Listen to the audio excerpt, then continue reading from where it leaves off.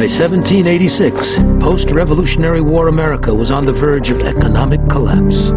Everywhere, businesses were closing, and debt was running rampant. Most were unable to pay their debts and were thrown into prison where they suffered in horrible conditions.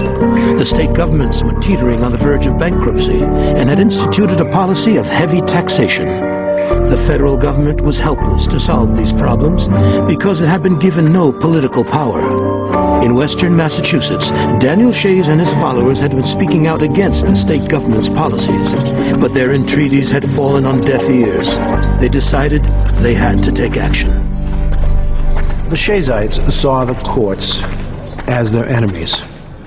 They viewed the courts as instruments of their eastern creditors, of those people from Boston. And so that's when the Shaysites began to see the courts not as their salvation, but as their damnation. On September 29th, 1786, a boiling point was reached.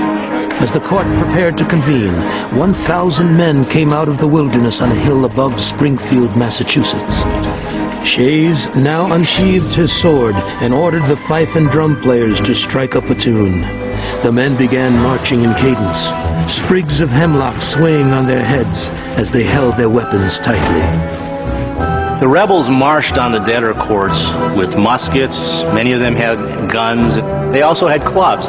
They brought whatever was convenient or available to them. In troubled times, however, when there was fear of violence, the militia would attend the court proceedings in order to provide greater strength and authority.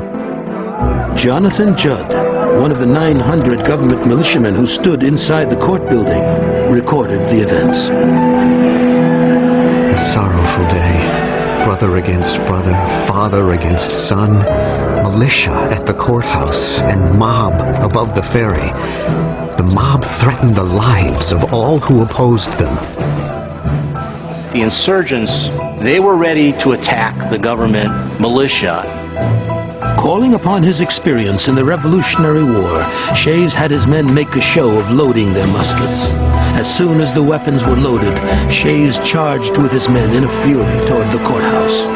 Their mission was to shut down the courts by any means necessary. And at that point, the judges adjourned the court without doing any business. As long as the courts were shut down, none of the western farmers could be sent to jail for their debts. It was the first major victory for Shays and his men, who became known as Shaysites. This rebel army carried out numerous attacks across New England over the next few months. Shays and his men closed courts in Northampton, Concord, and Worcester. As 1786 progressed, the uprising attracted nearly 9,000 rebels spread across New England.